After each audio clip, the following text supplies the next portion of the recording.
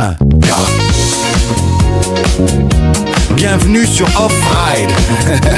Pour la toute première fois, on vous plonge dans l'univers des parcs d'attractions. Présenté par Apex on Ride avec ses fidèles complices. Les parcophiles. Et Mr. Coaster. Accrochez-vous, l'aventure commence maintenant.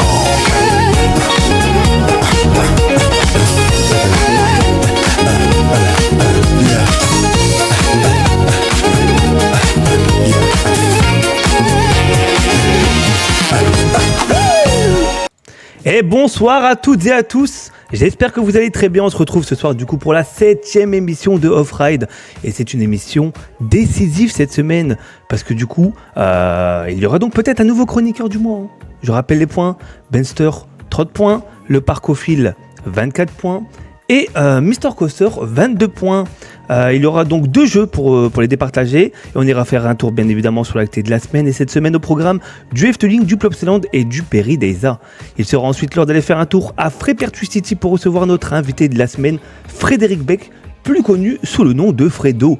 Au cœur du parc, il est en charge de la création de contenu, de la gestion et de l'animation des réseaux sociaux, et il a également des missions de consultation pour les développements du parc. Il viendra donc nous parler de son métier, de l'envers du décor, et bien évidemment il répondra à toutes vos questions en fin d'émission. En attendant, on va pas perdre de temps, on va aller voir nos chroniqueurs. On va aller faire un tour du côté de chez le Parcophile. Bonjour monsieur le Parcophile.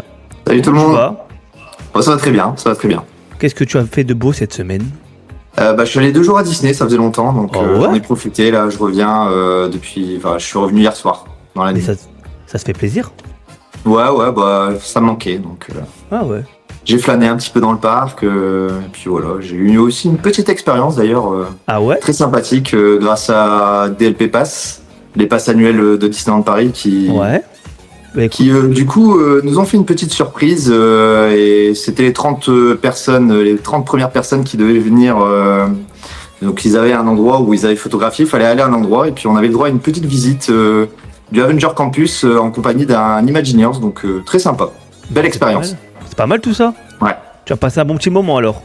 Voilà, carrément. C'était pas prévu, et au final, ça a sublimé la visite. Et est-ce que tu as un petit. Ton Eco Cup de la semaine à nous montrer? Ouais. Waouh, together. Ça ne rigole plus là. Hein. Eco Cup. Très très beau. Très beau. Allez, on va aller voir du côté de chez Benster. Oh là là. Tu serais pas parti chez le coiffeur toi? Un petit peu. Il était temps quand même. C'est tout beau là, la barbe et tout, les cheveux. C'est vrai. J'ai passé une très bonne journée, je l'ai fini avec vous, du coup je suis très content. Oh là là, c'est beau. Sortez les mouchoirs les gars. C'est quoi ton Eco Cup à toi cette semaine, Benster? Moi aussi c'est Disney. Bon, elle est un peu moins belle que le Parcophile. Mais bon. Ah bah oui, c'est vrai. Ouais. Bon rien que pour ça, le Parcophile va gagner 5 points. Allez, on va aller faire un tour chez le Challenger, Mr. Coaster. Salut tout le monde, bienvenue. Comment tu vas, Mr. Coaster? Ça va et vous? Écoute, ça va très bien. Est-ce que tu es conscient que c'est ta dernière émission pour pouvoir mettre une petite piquette à monsieur le Parcophile et à Benster? C'est aujourd'hui ou rien. T'es prêt? Ouais, je suis prêt. Et t'as 2 jeux, hein. T'as 2 jeux pour le repasser devant. Ça va le faire, t'inquiète. Ok. On compte sur toi, T'inquiète. Allez, on est parti. On perd pas de temps, on part directement sur le premier jeu.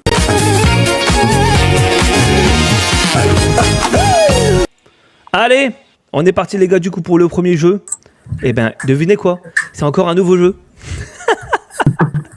C'est encore un nouveau jeu. J'espère que vous n'avez pas d'écho dans le chat là. N'hésitez pas à me dire parce que j'ai encore eu des petits problèmes avant de démarrer l'émission. Pas d'éco cup chez Mr. Coaster? C'est vrai? T'as pas d'éco cup Mr. Coaster? Ah c'est la bouteille. Voilà, la semaine dernière aussi c'était une bouteille pour ça, Mr. Coaster. Il est pas très éco cup, j'ai l'impression. J'en ai, mais ils sont rangés dans le placard donc. Ok. C'est top sur Twitch en tout cas. Écoute, c'est parfait. Sur TikTok, s'il y a un décalage ou un écho, n'hésitez pas à me le dire. Les gars, vous êtes prêts pour ce nouveau jeu? Allez. Écoutez, c'est un jeu assez simple. Le jeu s'appelle Devine la mascotte. Ok. Alors, je vous ai préparé un petit truc. Je vous ai fait un petit mixte de 2 mascottes. Et du coup, en fait, le but sera assez simple. Vous allez juste devoir retrouver les mascottes qui se cachent dans toutes les mascottes que je vais vous présenter. Ok. Vous avez compris ? Ok. C'est assez simple. Je vous affiche les mascottes. Alors, attendez, ça peut être assez drôle. Hop, je affiche les mascottes. N'hésitez pas. Du coup, on va commencer par Mr. Coaster. Donc, en fait, il y a 1, 2, 3, 4, il y a 5 mascottes. Et donc, forcément, chaque mascotte est mixée avec une autre mascotte. Donc, il y a 10 mascottes à démasquer. Ok. Si vous démasquez une mascotte, ça vous fait 1 point. En revanche, si vous vous trompez, vous perdez 1 point. Ok. Vous êtes prêts ? Allez, François, je t'écoute pour ta première mascotte. La première mascotte. Alors, tu dis juste un personnage. Il faut juste un personnage. J'en dis juste un et j'ai gagné. Non, mais je veux dire, sur la mascotte, faut pas que tu me dises les deux tout de suite. Juste, tu m'en donnes un. En fait, faut que tu trouves une des mascottes dans les mascottes qui sont affichées là. Et la première mascotte, Dennis Park. Ok. C'est laquelle Dena. Ouais, mais c'est la combien, je veux dire? Ah, c'est la 4e. La 4e. Ok, bien joué. Donc du coup, ça fait 1 point pour François. Le Parcophile. Du coup, on doit dire les deux personnages ou non, seulement celui où on voit le visage? T'en donnes un seul. Astérix en première. Astérix en premier. Bien joué. 1 point pour Loïc. Ben. On a Pardos sur la 3e. On a Pardos sur la 3e, exactement. Ça fait 1 point pour Ben. François, à ton tour. Plop sur la 5e. Plop sur la 5e, bien joué. 1 point pour François. Loïc. Du coup, le lion sur la 4e avec Dena. Le lion sur la 4e, exactement. Alors, hop. 1 point pour Loïc. Ensuite, Bensor. On a Spirou sur la 2e. On a Spirou sur la 2e et c'est une très bonne réponse. Hop, on repart du côté de François. On a... J'ai peur de me tromper, mais tant pis, je vais dire Walibi sur la 3e. Eh ben, c'est une bonne réponse. C'est une bonne réponse. Du coup, le 3e ont été trouvé. C'était un mix de Walibi et de Pardos. Loïc. Là, ça commence à se compliquer, là. Ouais. Parce qu'en soi, j'ai les parcs, mais j'ai pas forcément la mascotte. Si t'as le parc, c'est bon. Allez, si t'as le parc, c'est bon. Du coup, sur la première, avec Astérix, du coup, c'est la mascotte du parc du Bocas, mais je sais pas du tout. Ah, bien joué. Bien joué. J'ai cru que vous alliez pouvoir vous tromper. Et qu'il y en a qui allaient moi, j'aurais dit Frépertu, tu vois. Et il y en a qui allaient me dire Maya, mais non, c'est bien ça. C'est bien le Bocas. Ben. Du coup, Frépertu sur la 2e. Frépertu sur la 2e, c'est une bonne réponse. Ça. Bien joué. François. Alors, du coup, il en reste une. Ouais, c'est pas que je veux pas jouer, mais je vois pas la dernière en fait avec l'écran.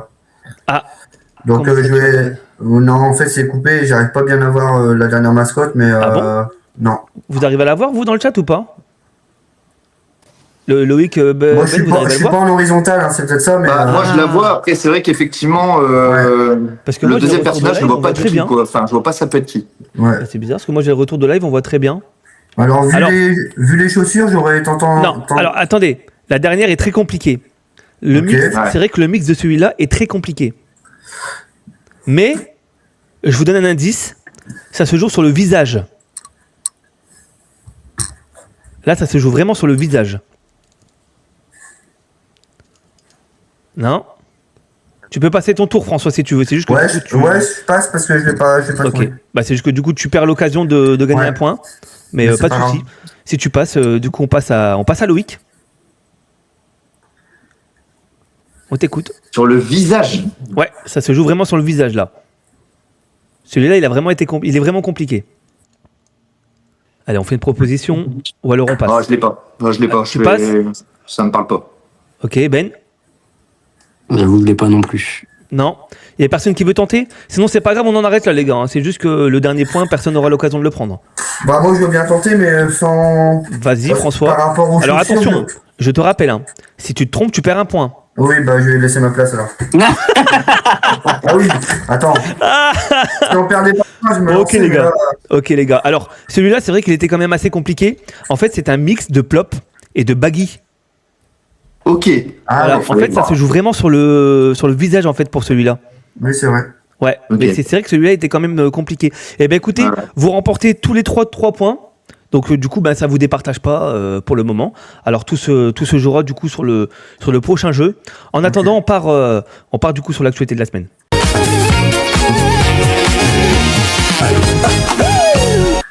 Aujourd'hui, ça va être très court, les gars, pour l'actualité de la semaine. J'en ai pris que 3 parce que bon, il y a pas grand-chose à discuter cette semaine. Mais par contre, j'ai quand même trouvé des petits trucs à parler. Je pense que vous avez vu l'information passer concernant Perideza par rapport à Edenia. Voilà, Edenia ne sera pas inclus dans le billet. Voilà, il y a un supplément à prévoir et surtout une réservation obligatoire pour pouvoir y aller. Alors, en quelques mots vite fait, si quelqu'un veut prendre la parole sur ça. Loïc, Ben ? En soi, moi, ça me choque pas. Ouais. Un peu déçu, forcément. Quand il faut rajouter un petit peu dessus, on est toujours un peu déçu. Mais il y a pas mal de parcs qui font ce genre de choses. Là, pour le coup, c'est une serre qui est quand même assez unique au monde, qui est la plus grande du monde. Ouais. Le fait qu'ils le font sur un autre tarif, en vrai, ça me choque pas tellement. En fait, on le voit déjà sur du Port Aventura, sur des choses comme ça. Donc, pourquoi pas. Ok. Loïc, quelque chose à dire sur ça ?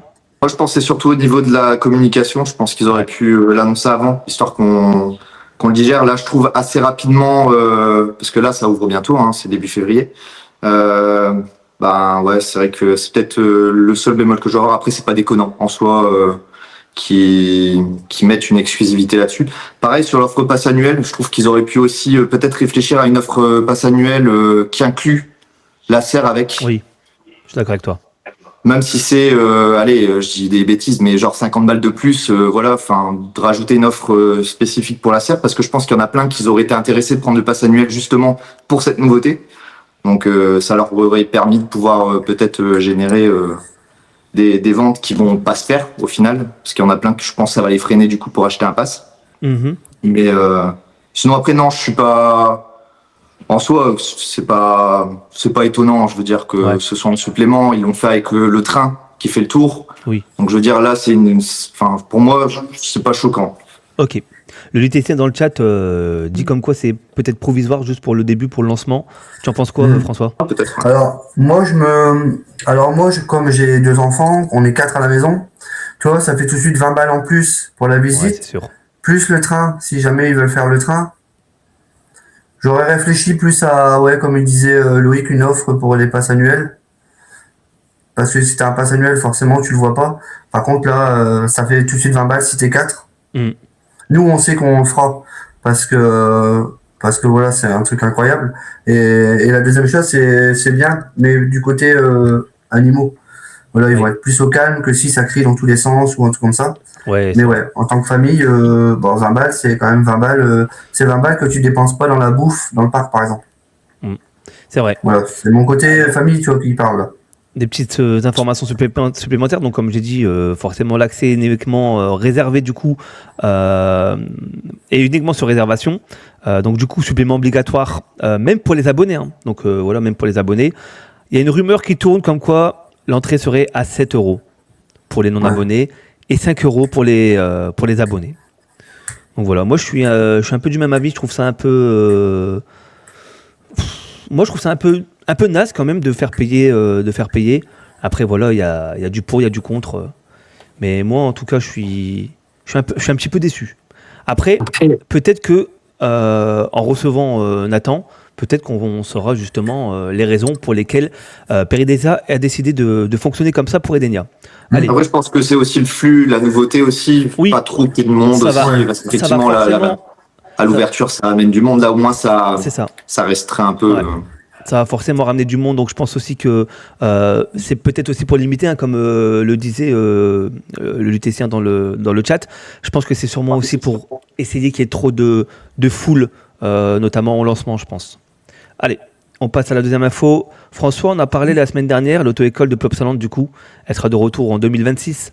Et alors, un truc que je trouve quand même assez cool, donc c'est une attraction bidon, Voilà, on va pas se le cacher, c'est quand même bidon. Du coup, le parc ne la détruit pas parce qu'on le rappelle que du coup, à la place de l'autre école, ils sont en train de construire carrément un nouveau bâtiment avec un flying theater et puis avec un bowling, etc., point de restauration. Donc du coup, cette auto-école est décalée au niveau de la ferme. Et ce qui est cool, c'est que l'attraction, du coup, est rethématisée et qu'ils vont remplacer les véhicules par des tracteurs. En vrai, c'est cool. En cohérence avec la zone, du coup. Ouais. C'est ça qui est cool. François, toi qui as des enfants, tiens... Ça va être trop bien. Même s'il y a beaucoup d'attentes, parce que, enfin, il y a beaucoup d'attentes pour nous, parce qu'on est adultes et on attend. Pour les enfants, ouais, ils s'éclatent parce que c'est vraiment, t'as pas de rail. Donc ils conduisent vraiment, ils tournent vraiment, enfin, ils font vraiment les choses. Donc si pour les enfants, c'est bien. Puis de le mettre là où il y avait que les tracteurs, ça rajoute une nouvelle attraction dans la zone et c'est bien. Ouais. Je suis d'accord avec toi. C'est vrai que ça va dynamiser un petit peu la zone parce que la ferme, elle est un peu... Vieillotte. Ouais, voilà, c'est ça. Ah, parce que du coup, on rappelle, il y a les tracteurs pour l'instant dans la zone, dans la ferme, à part les animaux. Sinon, c'est vrai qu'il n'y a pas grand-chose à faire, même s'ils ont mis un nouveau restaurant. Mais ouais. Non, je trouve ça cool en vrai. Je trouve ça cool. Allez, on passe à la troisième actualité. Du coup, celle-ci, elle est pour Ben. Efteling. Magica Luna. Un nouveau spectacle d'illusion à découvrir le 3 avril 2026 à Efteling. On sait que tu kiffes Efteling, toi. Allez. J'ai hâte. En plus, le côté un peu noir de Efteling, c'est forcément que ça parle pas toujours français, bien qu'ils font l'effort d'eux. Là, pour le coup, il n'y a pas de débat, puisque apparemment, il n'y a pas de parole. Donc, exactement. En fait, j'ai très hâte de voir ça. Ouais. Tu disais ? Du coup, j'ai très hâte de voir ça. Oui. Efteling font quand même de très beaux spectacles et de très belles immersions. Donc je le rappelle, c'est un spectacle non verbal, du coup, d'une durée d'environ 20 minutes. Il y aura 3 représentations par jour. Et bien évidemment, ça sera accessible à tout le monde et ça sera gratuit. Voilà. Donc un spectacle d'illusion surréaliste. Hâte de voir ça. Voilà. Comme ça, François, tu auras l'occasion de découvrir Efteling et de découvrir en même temps Magica Luna. Ouais, puis c'est bien, Magicien, je trouve, dans un parc comme au Futuroscope, il est très bien. Enfin, ça fait des années qu'il est là, mais ça rajoute un truc supplémentaire à la magie du parc. Ouais. Donc c'est top. Et je pense qu'on ne sera pas du tout déçus, je pense. Hein. Non, connaissant Efteling. Ils vont pas mettre un petit magicien d'anniversaire. Ils vont mettre. En plus, j'ai regardé un peu. J'ai vu le nom du magicien. Voilà, c'est lourd. Donc, non, oui, ça va être cool. Ça va être cool. Hop, allez, on a terminé pour les actualités de la semaine. On repart tout de suite du coup pour le deuxième jeu et le jeu décisif. C'est parti.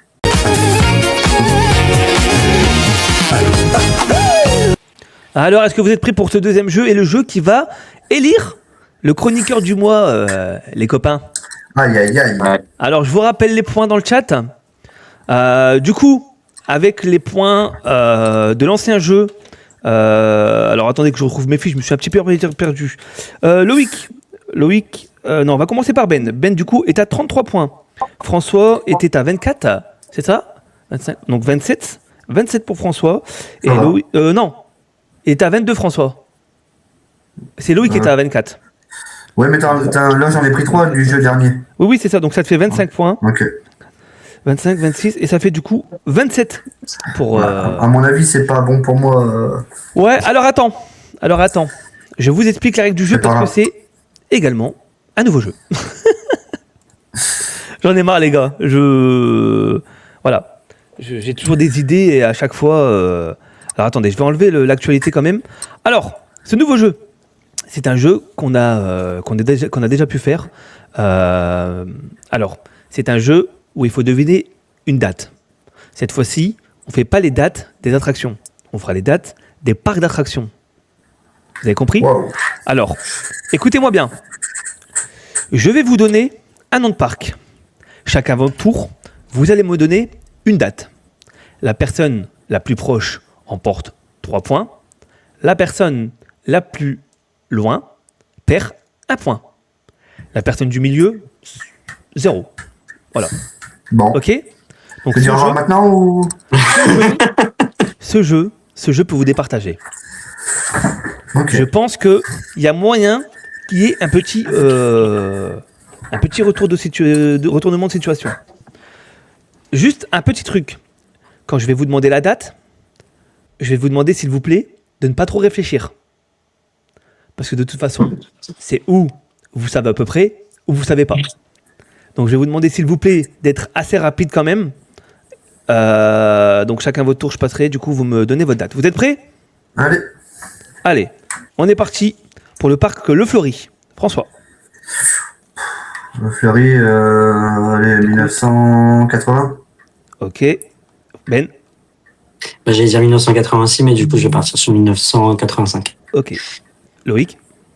Je vais dire 1990, moi. Allez, je monte. 90 pour J'en ai aucune idée. Ok. Plopsaland. Loïc. Plopsaland, bah, ça dépend si tu parles de Plopsaland ou Méli.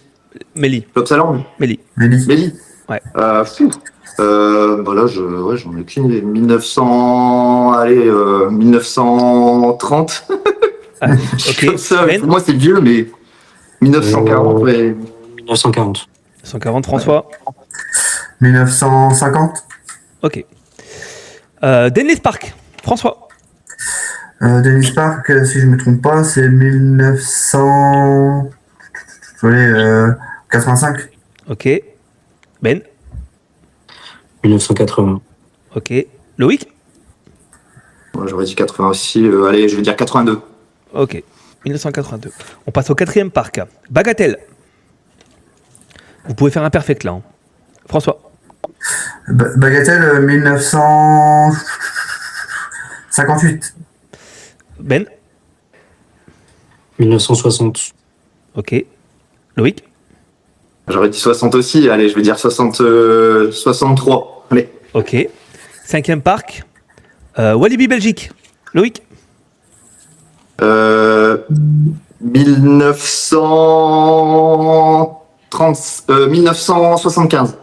Ok. Ben. 1960. François. 1978. Ok. On fait un petit récap des points pour l'instant. Le parc Le Fleury. Du coup, le parc a ouvert en 1996. Le plus proche est Loïc, qui remporte 3 points. Le plus loin est François, qui perd 1 point. Le deuxième, Plopsaland. Le parc a ouvert en 1935. La personne la plus proche, c'est Loïc. La personne la plus loin, c'est François, qui perd 1 point. En troisième, Dennis Park. Le parc a ouvert en 1983. Le plus proche, c'est Loïc. Le plus loin, c'est Ben. Il est en train de rafler, Loïc. 4e parc, Bagatelle. Le parc a ouvert en 1955. Le plus proche, c'est François. Le plus loin, c'est Loïc. Alors, attendez. 1, 2, 3. Donc là, on est au 4. Je me suis perdu.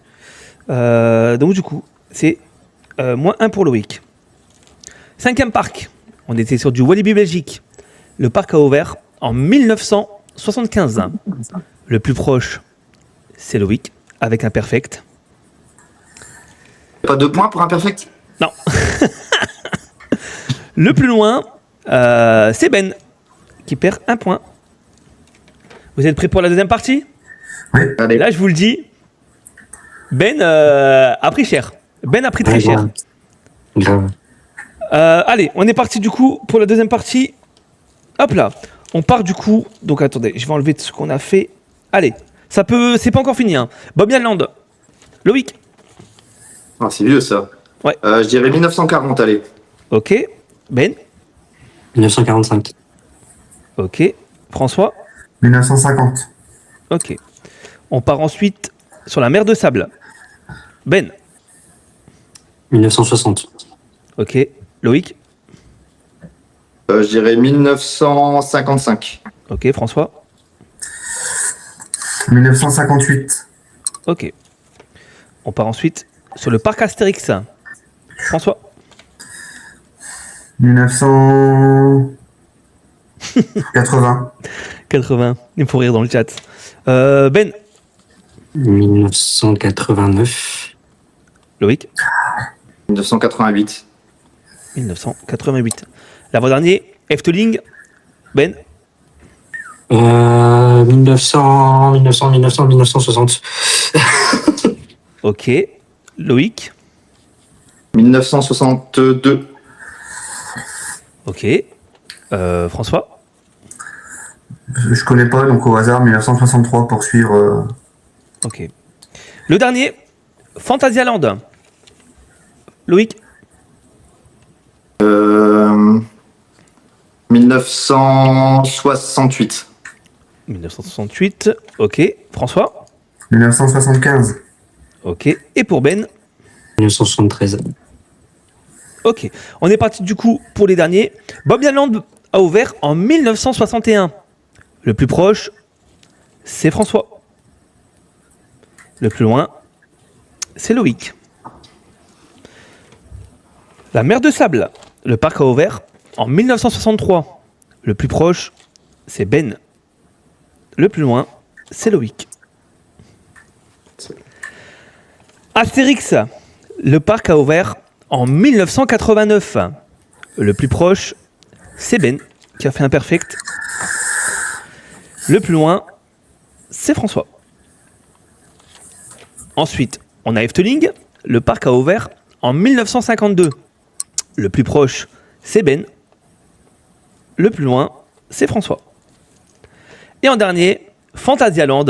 Le parc a ouvert en 1967. Le plus proche, c'est Loïc. Et le plus loin, c'est François. Ok. On a donc pas encore les scores. Je vais les compter après. Mais vous allez savoir la réponse en fin d'émission, ne vous inquiétez pas. Mais je pense que ça peut être très serré entre Ben et Loïc. Est-ce que Loïc va garder son titre? Son titre? Ouais, je suis pas sûr. Il y a moyen, ouais. Il y a moyen en vrai. Hein. Là, t'as fait un bon... Ouais, mais j'ai perdu beaucoup de points sur la deuxième manche. Donc, T'as fait un bon retour. Hein. Bon, vous savez qu'est-ce qu'on reçoit cette semaine? Oui, on est un petit peu au courant. Ah ouais? Comment vous savez? Vous savez plein de choses, vous, hein? Hein? Heureusement qu'on a les infos avant. Ah, c'est vrai. Heureusement qu'ils nous les envoient 5 minutes avant. Hein. Ouais, c'est vrai. Fais jouer ton public, MDR. Oui, mais sur ces jeux comme ça, c'est un peu délicat de faire jouer le public parce que ils sont malins, hein, les trois là. Ils ont le chat en visu là. Hein. Donc ils peuvent voter. C'est pour moi, ça je regarde même pas. Ouais, on sait pas parce que quand t'as grandi, t'as pas forcément le chat directement. Donc, Ouais, allez. Bande de faut être fair play quand même. Ouais, c'est vrai. Oui. C'est vrai. Est-ce qu'on n'irait pas rejoindre Fredo? Allez. De la semaine. Oui. Allez, on est parti.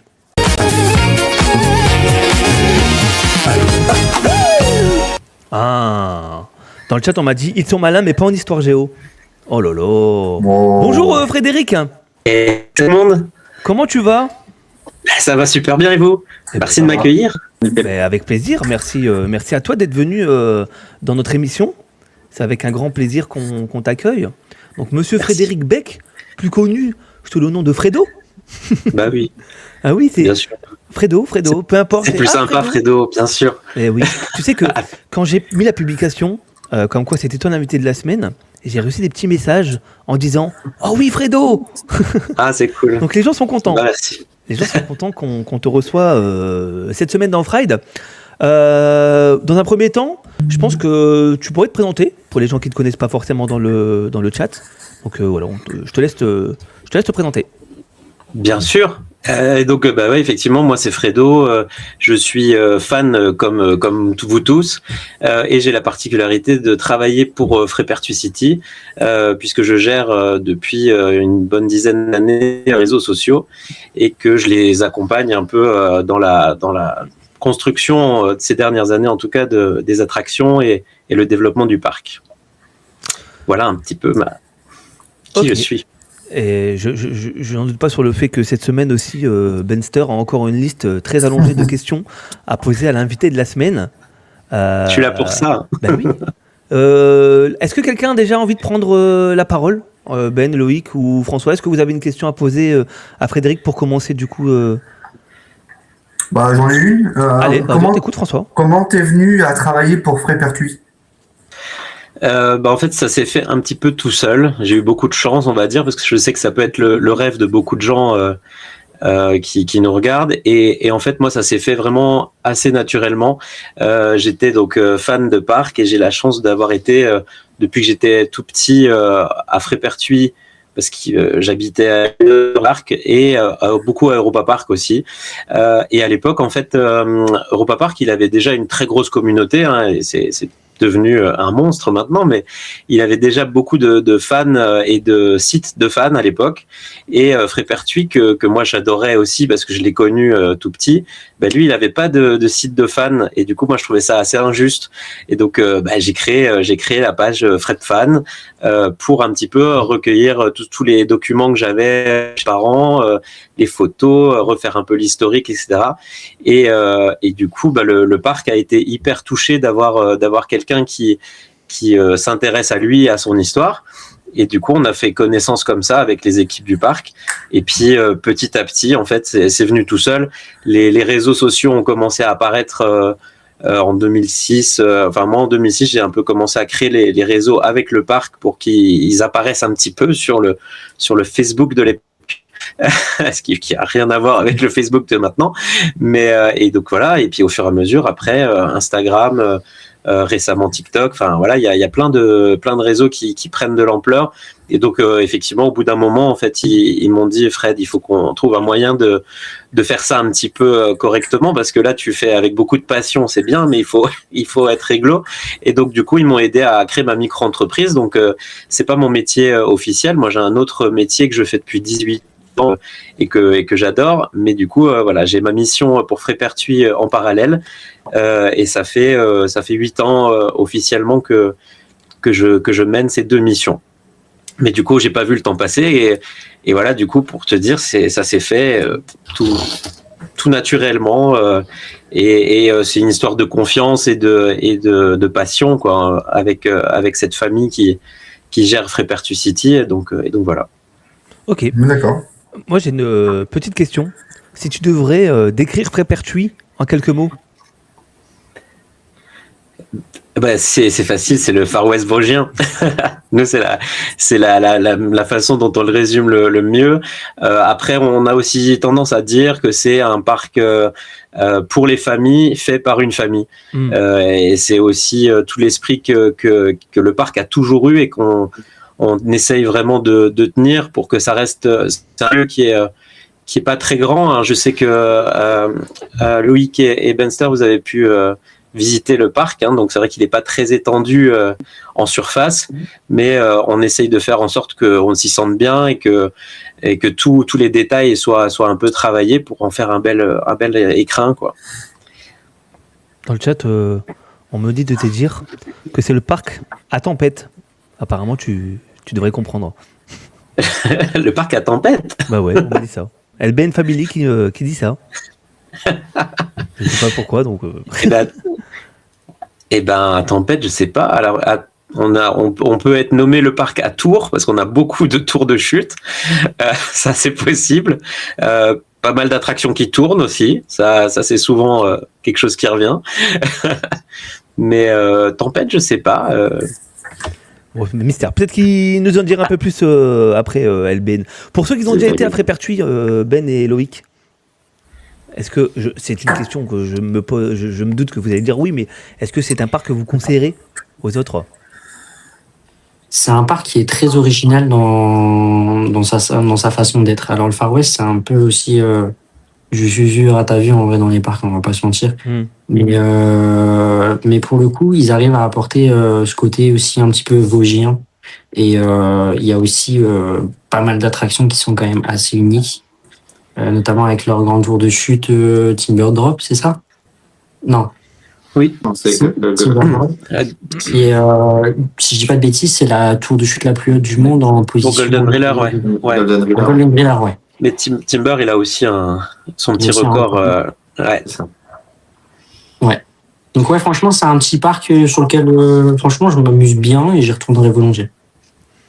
Ouais, il y a aussi bien arboré. Il y a aussi le charme des Vosges aussi qui joue aussi autour sur l'environnement. Moi, c'est surtout ça. Puis pour en revenir aussi, quand on est dans la tour de chute, c'est aussi ce paysage qu'on a. C'est magnifique, quoi.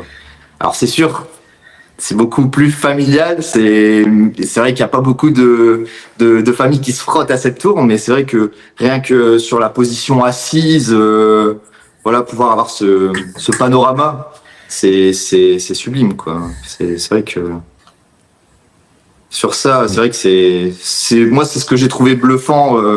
J'aime bien tout ça me fait penser un petit peu à un parc comme un Plopsaland de Ardennes, oui. Où il y a vraiment ces arbres autour, c'est magnifique, quoi. Tu vois le côté, Far West, c'est vrai qu'on le voit partout, mais c'est vrai qu'il y a ce petit côté atypique, ce côté qu'on voit pas partout. C'est un Far West, mais différent. Enfin, j'ai pas eu cette impression de dire ouais, c'est un Far West comme on voit dans tous les parcs. Non, c'est vraiment atypique, comme l'a dit Ben, vraiment typique vosgien, quoi. Donc c'est vrai que ça rajoute aussi du charme. Puis moi je suis friand du côté Far West, donc moi ça prend toujours avec moi. Moi aussi. Pour tout vous dire, vous avez vu, j'ai mis la chemise, mais j'avais également préparé le petit chapeau, voilà, que j'allais mettre, voilà, pour être dans le thème un petit peu. Mais j'avais oublié que j'avais un casque pour faire l'émission. Donc du coup, c'est pas très pratique. Vous pouvez le voir. C'est pas très pratique. Mais bon, voilà, au moins l'attention est là. Et puis voilà. François, bien joué, j'adore. François, c'est un parc que tu aimerais bien découvrir ? Oui. Justement, juste avant l'émission, je regardais à combien de temps j'étais. Je suis à 5h30 de là. Ouais. Donc sur un road trip pour les vacances, nous cet été on va sûrement prendre un camping-car et faire un road trip des parcs. Ah ouais. Donc je pense qu'on descendra jusque là-bas et on fera autre chose de ce qu'on connaît déjà pour étoffer notre connaissance des parcs. Et même au niveau visuel, comme la com, etc., je trouve qu'elle est vraiment bien faite. Ouais. C'est un parc où quand tu as le dépliant, il attire l'œil tout de suite. Ils ont des belles couleurs, des beaux... Ouais, c'est des beaux flyers et ça donne tout de suite envie d'y aller. Et après, je connais pas, j'ai jamais été, mais j'ai hâte de découvrir. J'aime bien les petits parcs aussi où on n'a pas trop de marche à faire, mais il y a beaucoup d'offres d'attractions. Ouais. Avec les petits, c'est bien. C'est vrai que Frépertuis, c'est un parc qui est très présent sur les réseaux. On voit quand même énormément de vidéos sur Frépertuis et tout. Et c'est vrai que c'est un parc qui donne énormément envie d'y aller. Moi, c'est pareil. Hein. C'est un parc que j'ai vraiment envie de découvrir. Mais comme François, forcément, vu qu'on habite pas très loin, c'est un parc malheureusement qui se trouve assez loin de chez moi. Mais c'est prévu. J'ai prévu de venir. J'espère cette année. J'espère. Mais oui, c'est un parc qui me donne vraiment... il faut, pour les 60 ans, il faut. Ouais, bah oui, c'est ça. On dit beaucoup de bien dans le chat sur la tour de chute de Frépertuis. Voilà, on dit la tour de Frépertuis City. Elle est juste incroyable. Énorme. Elle est incroyable. Je peux pas dire autre chose, vraiment. C'est une chance d'avoir une tour comme ça en France et à Frépertuis. Ouais, c'est à essayer, quoi. Ben oui, ça sera l'occasion de la tester. Pour tester les niveaux. Les quatre salles différentes. En fait. Ouais. Oui, du coup, parce que cette tour, il y a 4 positions différentes. On a la possibilité de la faire dans 4 positions différentes. Ouais. Après, il y a assis avec tilt. Mais après, sinon c'est sur un genre de selle, ouais. Un genre de selle, voilà. Et après, c'est debout carrément. Quoi. Et debout sur un plancher, ouais. Debout, ça doit être incroyable. C'est vraiment, maintenant elle est devenue unique au monde avec cette position debout sur le plancher et vraiment du coup il faut absolument la tester parce que c'est quelque chose d'unique. Ouais. J'adore ça. Je me doute que t'as dû tester les 4 positions, Fred. Bien sûr, évidemment. Laquelle est la meilleure pour toi? Moi, c'est la position avec plancher que j'aime le plus. Okay. C'est peut-être aussi la moins désagréable par rapport à celle où on a les pieds dans le vide. Ouais. Mais c'est vrai que du coup... la position casse-noisette. Exactement, allez, c'est parfait. Placez-vous bien avant de partir. Non, mais l'autre, il y a vraiment ce petit effet au moment où ça lâche, c'est comme si tu étais dans un ascenseur et tu sens un instant, tu vois le sol qui se dérobe sous tes pieds, mais tu retombes après sur tes pieds. Enfin, du coup, c'est assez fou. Ok. Hâte de découvrir ça en tout cas.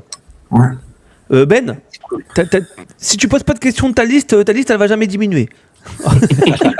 Allez, on te laisse poser une question, Ben. Écoute, on va partir un petit peu sur les 60 ans. Tu sais ce que le parc a prévu pour ses 60 ans ? Eh ben effectivement, ouais, donc là vous avez fait le jeu des dates, c'était pas facile du tout, bravo. À Frépertuis, du coup, l'histoire elle a commencé en 1966 et donc du coup cette année on fête les 60 ans du parc. Donc pour le parc là, c'est surtout l'arrivée de 2 grosses nouveautés qui vont être pour cet été, pour normalement début juillet. Donc un Family Boomerang et une petite tour Zierer. Et les deux vont appartenir à une petite zone qui sera autour de Sawmill, là, qui était la nouveauté de l'année dernière, et qui est toujours sur un thème forestier, et là plus particulièrement inspiré de l'histoire des pompiers américains qui luttent contre les feux de forêt. Donc ça travaille dur actuellement là pour faire sortir tout ça de terre, et ça va être vraiment le point principal de l'anniversaire. Et après toute la saison en fait on va retrouver au parc les mascottes, des décorations un peu spécifiques dans les allées du parc pour un petit peu marquer le coup. Mais ouais, là tous les efforts ils sont quand même vachement concentrés sur le chantier. Ouais. J'y suis jamais allé à Frépertuis, mais c'est un parc sur lequel je me suis renseigné quand même beaucoup. C'est un parc qui a, je pense, de sa comment dire, sa zone géographique, etc. C'est un parc qui peut être assez complet pour se développer. Ouais. Mais ce qui est bien, c'est que justement vous trouvez toujours le moyen de vous renouveler. Ouais, c'est le plus gros défi de Frépertuis, c'est d'arriver à perdurer, à toujours attirer plus de monde, à investir, parce que ils sont passionnés avant tout, donc c'est aussi un plaisir pour eux d'ajouter des nouveautés, de les concevoir, etc. Mais la grande difficulté, c'est la place. Comme il est dans une jolie vallée, effectivement, il est entre une forêt domaniale à laquelle on ne touche pas. Il est de l'autre côté avec une départementale qui est bien pratique pour venir jusqu'au parc. Et après, effectivement, ça s'étend tout le long de la vallée, mais toutes les options d'achat sont surveillées, évidemment, pour que chaque agrandissement soit possible. Mais ils sont quand même rarissimes. Donc, la place étant précieuse, on essaye d'en faire à chaque fois bon usage, et donc il y a plein de choses qui font qu'on essaye d'optimiser ou de renouveler des attractions pour garder quelque chose d'attirant et dans l'air du temps, et sans non plus se dénaturer complètement. Mais c'est vrai que parfois il faut savoir se séparer de vieilles attractions pour renouveler, et puis là on a encore réussi un peu cette année, effectivement, en enlevant un bâtiment technique qui était une menuiserie qui était là depuis les années 90 et qui était en plein milieu du parc. Et donc celle-là, elle a été reconstruite plus loin vers les parkings, et ce qui permet de redonner un peu de place dans le parc pour construire ce coaster et sans prendre trop de place sur les parkings. Parce qu'effectivement, il y a le parc, mais il y a les parkings aussi, et les deux fonctionnent de pair pour accueillir les visiteurs tous les jours. Donc du coup, il faut certes agrandir le parc, mais dès qu'on agrandit le parc, il faudrait agrandir le parking également. Donc là, c'est un peu double peine. Justement, c'est bien le fait que tu parles du parking, parce que ça nous permet de rebondir sur ça. Dans le chat, on me dit que le parking est gratuit à Frépertuis. Ouais, c'est vrai. Ouais. Chose qui devient très rare dans les parcs. Ouais. Est-ce que pour Frépertuis, c'est important de laisser la gratuité du parking ? Ouais, c'est vraiment quelque chose qui est voulu, qui est tenu, et pour l'instant il n'est pas du tout question de le rendre payant. Après c'est vrai que du coup on est tellement aussi dans un endroit dans un endroit un peu isolé, etc., que ce serait un peu prise d'otage de faire payer. Mais après je sais que voilà, beaucoup de parcs le font, et parfois à juste titre, on peut comprendre. Mais en tout cas, non, c'est vraiment assumé. Après, à Frépertuis, il y a plein de choses comme ça qui sont un peu assumées. Il y a une grande aire de pique-nique qui est à disposition. Donc, on laisse les gens venir aussi s'ils le souhaitent. On a 4 restos et plusieurs snacks, mais on peut comprendre qu'en termes de budget, pour les familles, etc., ça peut être costaud. Et donc, c'est pour ça l'aire de pique-nique, elle est abritée. On a même eu une zone un peu plus couverte sur les côtés pour un peu se protéger du vent quand la saison elle était très très fraîche, et tout ça c'est mis à disposition, voilà, pour que les gens puissent profiter du loisir des parcs qu'on aime, mais sans que ça explose le budget. Mais ça, c'est un grand plus pour les parcs, justement, de proposer des zones de pique-nique. Parce que c'est vrai que déjà, les gens peuvent avoir quelques difficultés financières de venir dans des parcs, surtout quand c'est des familles nombreuses. Ouais. Donc déjà, le fait que effectivement votre parking soit gratuit, déjà, c'est vrai que c'est un plus.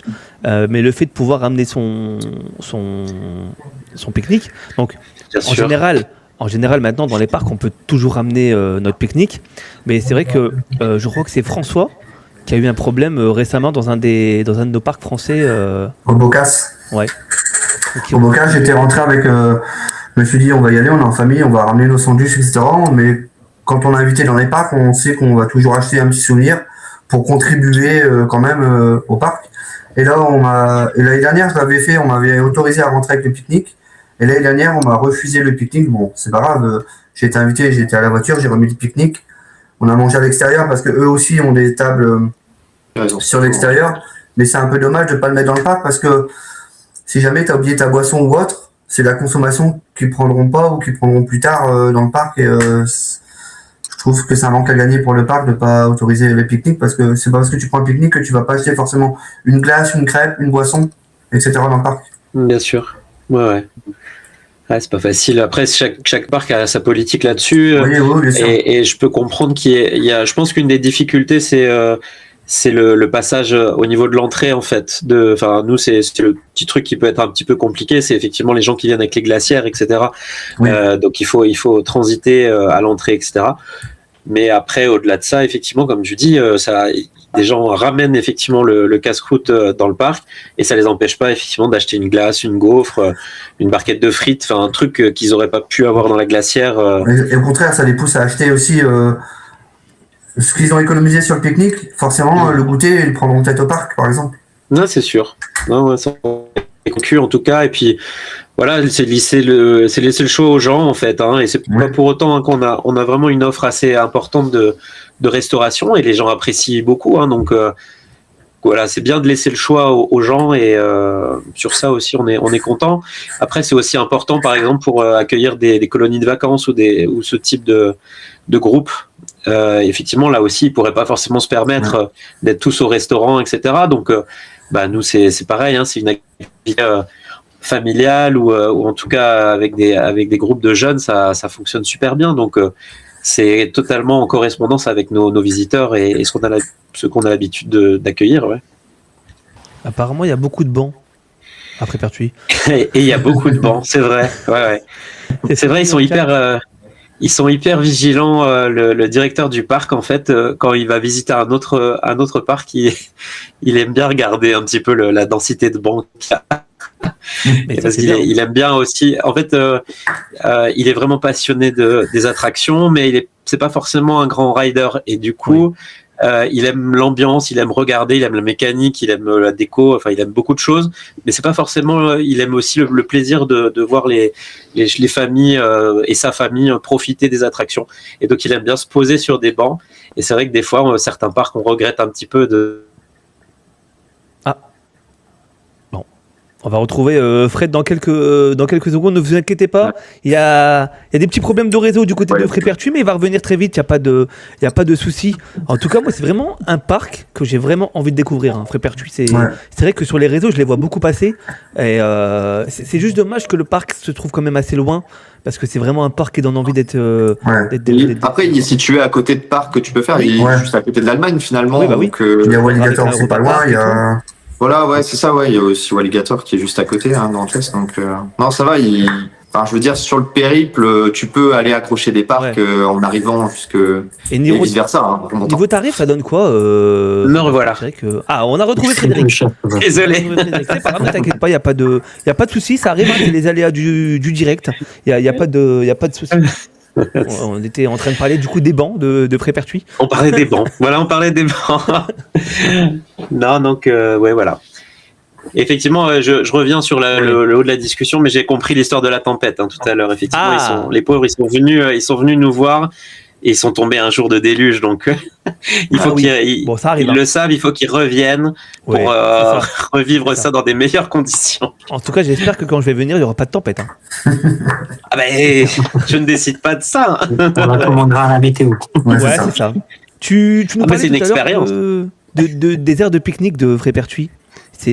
On peut faire des barbecues aussi à Frépertuis?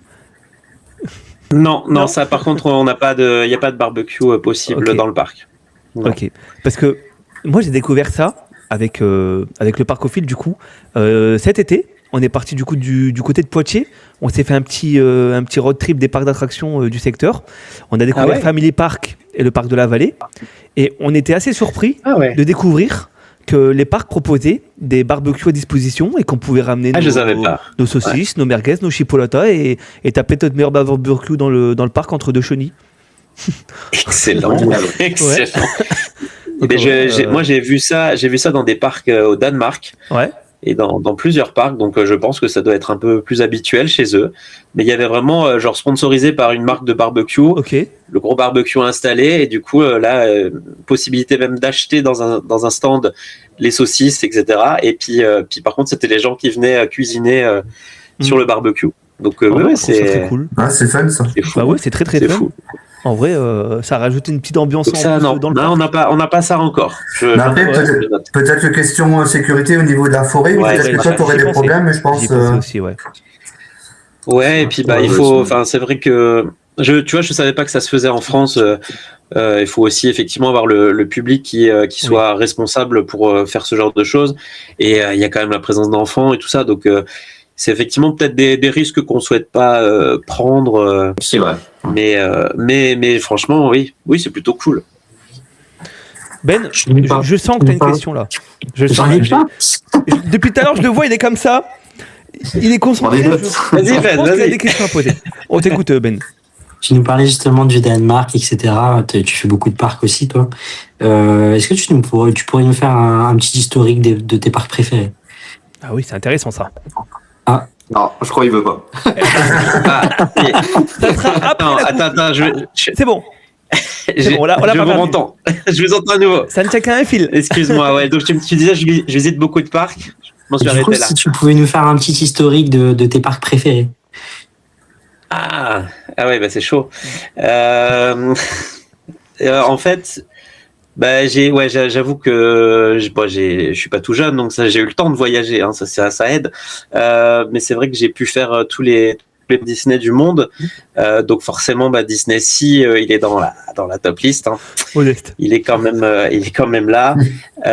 Après, forcément, moi, c'était un peu des parcs dont je rêvais que je rêvais de faire, et je les ai fait il y a quelques années. C'était Dollywood et Silver Dollar City.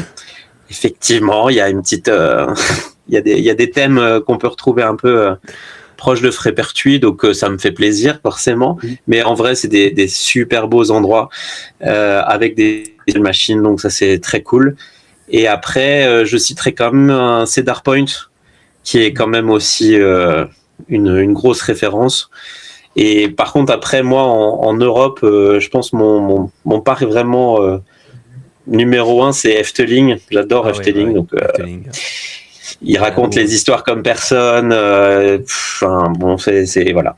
Plus j'y vais, plus je vois de détails et plus je les trouve trop forts. Et après, Europa Park, moi j'ai aussi grandi avec Europa Park, donc je le connais comme ma poche. Donc on a de la chance, effectivement. On a aussi des très très beaux parcs de proximité en Europe. Mais je vous invite, si vous avez l'occasion à voyager hors des frontières européennes, à découvrir aussi bien en Asie que Hong Kong et Shanghai, ils sont merveilleux aussi. Après, c'est des grands noms des parcs, donc forcément, on prend pas trop de risques, bien sûr, mais non, ça vaut vraiment le coup, quoi. Okay. Donc voilà un peu ce que je pourrais dire. N'hésitez pas à garder vos questions dans le chat pour la fin de l'émission. On aura l'occasion de du coup poser toutes vos questions à Frédéric. En tout cas, j'ai un message qui m'a fait bien rire dans le chat là. Je sais pas si vous l'avez vu passer, les gars. Cyril a dit que la connexion de Frédéric ne tenait qu'à un parc au fil. J'ai trouvé ça assez drôle, ça m'a fait rire. Je sais pas si quelqu'un d'autre a une question. On a parlé. Moi justement, j'en ai une qui joint sur celle de Ben. Ah, lui, il a demandé les parcs. Tu vas demander les attractions, c'est ça ? Non, pas du tout. Mais en fait, le fait que justement Fred, t'es quelqu'un qui a fait beaucoup de parcs. Je voulais savoir du coup le fait que toi tu es dans la communication de Frépertuis. Bon. Ah, je vous ai perdu. T'as peut-être pas envie de répondre. En fait, je ne vous entends pas. Je ne vous entends pas répondre aux questions. Il appuie sur le bouton des connexions. Après, il a posé la question. Excusez-moi, je suis de retour. Je voulais savoir le fait que tu es fan de parc, du coup, si tu étais sollicité justement pour les projets aussi, est-ce que le parc t'écoute aussi sur des projets, même là, sur les derniers projets ou même les projets futurs pour Frépertuis? Et je pense qu'effectivement, c'est ce qui fait aussi un peu ma particularité à Frépertuis et le fait qu'on aime beaucoup parler ensemble, c'est qu'ils savent que moi je voyage, alors que eux ont cette passion, mais sont un peu bloqués par l'entreprise et le fait que les parcs sont quasiment ouverts tous en même temps. En tout cas, sur les parcs régionaux, c'est les mêmes dates. Donc, eux, ils ont du mal à aller voir les collègues alors que moi, je suis plus flexible. Les réseaux sociaux, en plus, je peux les entretenir un petit peu de n'importe où dans le monde. Donc, c'est un vrai avantage. Mais donc voilà, ils font attention à ce que je leur raconte et moi, je leur rapporte effectivement des photos, des idées. Et quand ils ont un projet d'un type d'attraction, ils me demandent est-ce que moi je l'ai déjà essayé, ce que j'en pense. Donc des fois ils écoutent pas mon avis, hein, mais non, mais en tout cas c'est toujours hyper intéressant effectivement de pouvoir avoir essayé des choses et c'est vrai que forcément quand moi je suis au courant de certaines choses, quand je vais visiter un autre parc, je vais peut-être avoir un œil plus attentif sur quelque chose, sur une organisation, sur une file d'attente, sur la gestion des poubelles. Enfin, c'est la vie des parcs aussi, hein, forcément. Oui. Et ça, du coup, c'est pas des choses qui sont spécialement documentées sur Internet. C'est pas ce que les parcs mettent en avant, mais c'est le fonctionnement du parc quand même. Donc, les parcs entre eux, ils communiquent énormément. Beaucoup de parcs français sont quand même en relation quasiment permanente sur plein de sujets. Mais du coup, là, des fois, rien ne vaut le vécu visiteur, quoi, l'expérience visiteur. Donc oui, c'est un atout. Et puis effectivement, j'apporte un petit peu aussi des fois sur le design des attractions, ma touche personnelle. Enfin, en tout cas, ils ont la gentillesse de suivre mes délires. Et notamment, c'est un petit peu le point d'orgue du truc. C'est en 2019, l'île aux pieuvres. Qui est une attraction un jet ski de Zierer et effectivement c'est vraiment moi je leur avais gribouillé quelques dessins pour donner un peu une idée de comment la thématique elle pouvait devenir un peu pirate parce que le catalogue à l'époque ne proposait que des jet skis et des choses très très modernes et finalement ils ont accroché sur ce dessin et ils m'ont dit let's go, on va demander au constructeur de réaliser ça. Du coup j'étais inclus après dans les échanges pour qu'on arrive à décider comment faire la chose, mais c'était vraiment pour moi un rêve de dire ça y est, j'ai designé une attraction. Alors c'est un peu un rêve d'enfant quoi. Carrément. Est-ce que on en avait déjà discuté avec Steve Varinou. Est-ce que pour toi, pour un parc d'attraction, c'est important de collaborer avec des créateurs de contenu? Je pense que c'est essentiel. Enfin, et plus les années passent, plus c'est important. Enfin, en tout cas, en fait, Frépertuis et Patrice Florent, le directeur, comme je dis, il est extrêmement passionné et c'est pour ça qu'il y a un dialogue qui est hyper agréable à chaque fois avec lui. Et Clément aussi, son fils, est fou de parc également. Et en fait, eux, avant que ce soit les réseaux et les influenceurs, ils étaient tout le temps sur les forums, quoi. C'était les forums, mais ils se tiennent au courant de tout, toute l'actu, etc. Ils sont à la page, quoi. Et donc aujourd'hui, c'est pareil, quoi. C'est une autre façon en fait de découvrir les avis. Avant, c'était un peu les trip reports sur ces forums, et maintenant c'est en vidéo et c'est avec des avis en direct des personnes. Mais c'est pareil, quoi. Ça permet de suivre un peu les tendances, de comprendre ce que les gens ils aiment. Voilà.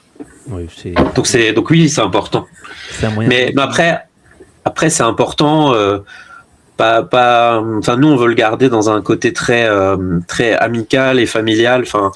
On veut pas aller chercher des gens pour chercher des gens et qui nous ressemblent pas.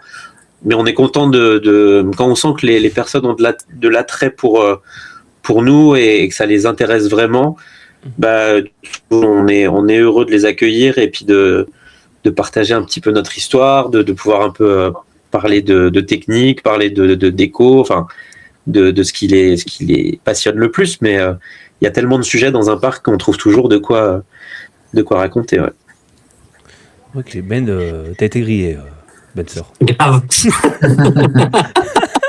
Ben, il s'est fait griller dans le chat. On m'informe que Ben Sœur était en train de manger pendant l'émission. Une propre, ça. T'as bien raison. Moi, 5 points. Moi, 5 points pour Ben Sœur. Heureusement que le chat, il est là. On balance tout. Moi, j'ai toutes les informations en direct. Donc, il essaye de manger en discrétion, mais c'est pas si discret que ça. Oui, donc du coup, les créateurs de contenu, c'est une communication. Ouais, en tout cas, c'est quelque chose qu'on aime beaucoup, qu'on entretient, mais on sait aussi quand même que la communauté des parcs fans, c'est pas l'essentiel de notre clientèle. Donc on sait, enfin voilà, on continue parce que nous-mêmes on est fans de parcs, donc on sait à quel point c'est important et que c'est un beau vecteur pour aller un peu plus dans des questions de fond et dans des recherches et dans des trucs comme ça. Mais c'est vrai que c'est pas la majorité de nos visiteurs, quoi. Les fans de parc, ça reste quand même les familles, etc. Donc il faut pas qu'on oublie. On a aussi des influenceurs ou des familles, enfin des influenceurs familles en fait, on va dire. Ils sont pas du tout dans le monde des parcs, mais par contre tester des activités avec les enfants et tout ça, ça fait aussi partie de leur chaîne et tout ça. Et donc eux aussi c'est des influenceurs pour nous qui sont importants. Donc il y a un peu ces deux facettes. On tient à nos parcs fans parce qu'on l'aide nous-mêmes, mais il faut aussi qu'on parle à nos familles et trouver du coup les influenceurs qui parlent aux bonnes communautés, quoi. Oui, c'est sûr. Je sais pas si quelqu'un a une question, Ben, Loïc ou François. Moi j'en avais une, mais c'est pour rebondir juste ce que disait Fred tout à l'heure. Forcément, tu as un œil critique, forcément, en travaillant pour un parc. Est-ce que, sans citer le nom du parc, est-ce que tu as déjà été dans un parc où tu t'es dit là, ça manque quand même beaucoup de moyens ou alors de gestion, etc. Bien sûr, le fait d'en visiter beaucoup, il n'y a pas de raison, hein, on fait pas que des trucs incroyables et parfois effectivement c'est soit la gestion qui est mauvaise et du coup on passe pas une très bonne journée parce que les files d'attente, parce que on a un peu l'impression d'être pris pour un porte-monnaie ambulant et du coup on a tous connu des parcs comme ça et c'est pas très agréable, ou alors effectivement juste l'état du parc où on va pas y passer beaucoup de temps dans cette on a fait le tour, on a compris un petit peu le principe, quoi. Donc oui bien sûr, avec tous les parcs que j'ai visités, il y a aussi eu des journées où ça s'était pas très bien passé. Oui, forcément. Moi j'ai une petite question, tiens, pour revenir un peu sur Frépertuis. Est-ce qu'il y a une attraction ou un type d'attraction que tu aimerais absolument voir à Frépertuis ? Bien sûr, moi j'attends que un dark ride, hein. Forcément. On adore les dark rides et ça c'est un petit peu compliqué parce que en fait Frépertuis il avait un projet de dark ride juste avant le Covid, où il y avait vraiment plutôt un beau projet qui était lancé, des discussions qui étaient quand même assez poussées avec plusieurs constructeurs et en fait tout a été remis dans les cartons par rapport au Covid, par rapport au fait que c'est une attraction en intérieur et que c'est les premières attractions qui ont été fermées à cette période-là. Et voilà, mais on désespère pas qu'un jour, du coup, on puisse remettre ça sur la table, mais ce sera pas le projet qu'on avait commencé à travailler. Oui. Il sera fait d'une autre façon mais c'est vrai que c'est familial, ça, on sait, ça peut être vraiment ou très contemplatif, très magique, ou très fun parce que interactif. Donc en vrai, en plus, il y a un champ des possibles qui est quand même hyper grand. Et c'est, je pense, quelque chose qui pourrait tout à fait coller parce que c'est multigénérationnel, ça a une bonne refaisabilité, c'est une attraction à l'abri alors que nous on n'en a pas beaucoup. Et donc voilà, ça c'est mon truc perso. Je pense qu'à Frépertuis, ils adoreraient aussi, mais en face de ça, ils voient quand même le budget que ça peut représenter pour pas faire quelque chose de cheap, hein, entre guillemets. Et du coup, effectivement, c'est plusieurs médias synchronisés. Il y a du son, de la lumière, des effets. Tout doit être tenu, synchronisé et tenu dans la durée pour pas avoir quelque chose qui tombe en ruine. Donc c'est pour ça que pour l'instant, ils sont encore un peu réticents à faire ce genre de choses. Et en plus, on le sait, c'est aussi pas évident de communiquer sur ce type d'attraction. Ça a beau être des choses des fois très très belles, qui vont devenir très populaires, mais c'est extrêmement difficile de faire déplacer les gens pour ce type d'attraction. Donc pour l'instant, ils jouent plutôt un peu sur l'efficacité du visuel que peuvent avoir certaines attractions. Ok. Dans le chat, on réclame un RMC à Frépertuis. Est-ce que vous connaissez cette histoire du RMC à Frépertuis? Je vais vous raconter l'histoire du RMC à Frépertuis. Il y a quelques années, on a eu la bonne idée de suivre l'idée de Coaster World sur un 1er avril, en fait, d'annoncer l'ouverture d'un RMC à Frépertuis. Et là c'est le drame. Là c'est le drame parce que pour nous ça nous paraissait beaucoup trop gros pour que ce soit cru. Et puis en fait beaucoup de gens ont cru que c'était possible. Et donc effectivement malheureusement c'était un poisson d'avril. Mais ce qui est assez drôle dans cette histoire, c'est que le jour même où on a fait ce poisson d'avril, on a reçu un mail de RMC. Qui avec l'intitulé du mail, c'était confirmation order, donc confirmation de commande. Et donc en fait ils ont été vraiment assez fun, assez malins là-dessus. Ils ont envoyé ce petit mot vraiment avec le clin d'œil pour dire on a vu votre poisson d'avril, on a beaucoup aimé. Si jamais vous êtes vraiment intéressé, vous savez où nous trouver. Et donc voilà. Non mais ce serait après le problème, c'est vraiment la place à Frépertuis. Et par contre, ce qui est sûr aussi, c'est qu'on a un taux d'humidité qui est assez important. Et donc, tout ce qui est bois, déjà, c'est pas pour nous. Mais après, on sait que RMC, il sait faire des choses qui sont pas en bois et qui sont très, très bien. Mais par contre, voilà, l'idée, c'est pas de... Si un jour il y avait un RMC à Frépertuis, ce serait pas de faire le plus nul des RMC. Donc, c'est un peu ça le dilemme, quoi. C'est un peu ça le dilemme, mais pour l'instant, en tout cas, je ne veux pas lancer de fausses rumeurs. Il n'y a pas du tout de projet avec RMC et c'est pas du tout envisagé. Mais c'est vrai que comme plein de choses à Frépertuis n'étaient pas envisagées, et puis un jour ça apparaît, donc on ferme pas la porte non plus. S'ils nous font un bon prix, on trouvera une place. Hein. Oui. On a une question justement dans le chat. C'est vrai qu'on parle de RMC, tout le monde ne sait pas forcément ce que veut dire RMC. Tiens, Loïc, on va te laisser répondre à cette question. Qu'est-ce qu'un RMC? Loïc? Ah, c'est bon. Ça buguait, je ne savais pas du coup. J'ai dit qu'on allait te laisser répondre. C'est un constructeur qui s'appelle Rocky Mountain Constructor et qui fait plusieurs types de coasters, mais surtout la particularité, c'est le côté wooden hybride, donc moitié bois, moitié métal. Donc il y en a beaucoup aux États-Unis, on en a très peu en Europe, on en a que 3. On espère bientôt en avoir plus, mais c'est vrai que c'est des machines qui sont rares ici en Europe, mais c'est de très belles machines. Et ils font pas que ça d'ailleurs, vu qu'il y a Walibi Holland qui a eu 2 Raptor Track, si je dis pas de conneries. Voilà, l'IOI. Donc voilà, il y a aussi... c'est pour ceux qui connaissent plus Mahuka, c'est un peu dans le même style. Donc voilà. Walibi Holland qui à lui tout seul a quand même 3 RMC du coup. C'est ça, exactement. Eh ben merci à Loïc pour cette information sur le RMC. Est-ce que vous avez encore des questions à poser à Fredo, ou alors est-ce qu'on passe au jeu? Bah écoute, moi j'en ai encore, mais je pense qu'on va les poser avec les questions du chat. Ok, c'est parti. On part sur le dernier jeu du coup, et on gardera les questions pour après. On est parti.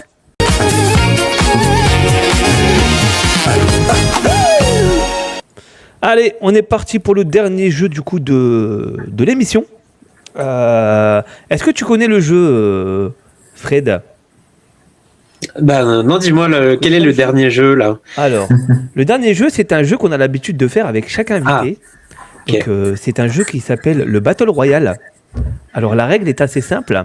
Je pose une question à une personne, par exemple Bester. Bester décide ou de garder la question ou de la donner. S'il répond bien à la question, il reste en jeu. S'il répond mal, il est éliminé. S'il a décidé de donner la question au parcophile et que le parcophile répond bien à la question, il élimine la personne qui lui a donné la question. Très bien.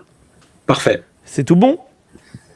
Impeccable. Allez, tu as combien de questions cette semaine ? Je pense avoir assez pour faire 2 émissions, les gars. C'est vrai que d'habitude, je prévois pour 3 manches, mais là, je pense qu'on n'en fera que 2. On est parti ? Allez. Avant ça, on va commencer par le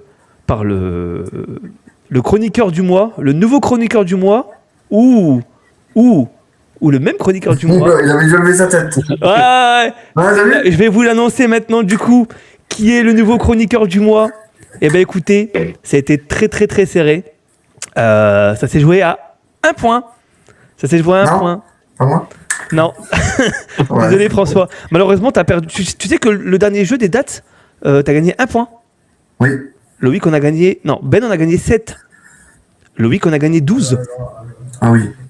Ouais. Ah oui. Ah, Loïc, il a régalé là. Hein. Loïc, il a été très chaud. Et du coup, je vous annonce que le chroniqueur du mois est Benster, avec 1 point de plus que Loïc. Donc du coup, il détrône le parcophile, il lui pique sa couronne. Et à partir de la prochaine émission, Benster, du coup, aura sa petite couronne pendant 1 mois. Voilà. Félicitations, Benster. Vous n'y croyez plus, là. Eh ben si, voilà, ça s'est joué à 1 point. Le mois de février, il dure pas longtemps. Hein. C'est vrai. Mais voilà, au moins, il a l'honneur d'avoir sa couronne le mois prochain. Donc bravo à toi, Benster. Et du coup, c'est toi qui va lancer ce petit Battle Royale. Tu gardes ta question ou tu la donnes ? Allez, je vais la garder.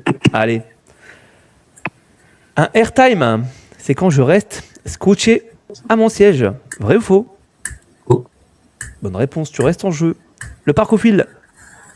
Là, je vais la garder. Allez. Belvoir Park a ouvert en 1957. Vrai ou faux ? 57 ? Ouais. Faux ? Eh ben non, c'était une bonne réponse. Ah, c'est ça. A ouvert en 1957. Loïc, c'est ton home park, Belward ? Bah ouais, mais 57. Attends. Je sais que t'es parti du côté de Poitiers, mais quand même. Ouais, mais 57, ça voudrait dire qu'il a même pas 70 ans. Il a fêté ses 70 ans il y a pas longtemps. Le parc a ouvert en 57. C'est l'information qu'on a en tout cas. Après, si tu veux, on peut changer la date. Hein. Non, mais c'est parce que il me semblait qu'il avait ouvert plus tôt. J'aurais dit 54, moi. Non. Ok. Mr. Coaster, tu gardes ou tu donnes ? Je garde. Allez. Est-ce que Fiesta Park est un parc que je viens d'inventer ? Oh non. J'adore ces questions. Fiesta Park. Non, tu l'as inventé. Eh ben non, c'est un parc qui existe vraiment. J'ai hésité en plus. Il se trouve du côté de Montpellier. Du coup, il reste Benster et Frédéric en jeu. Frédéric, tu gardes ta question ou tu la donnes à Benster ? Je garde. Allez.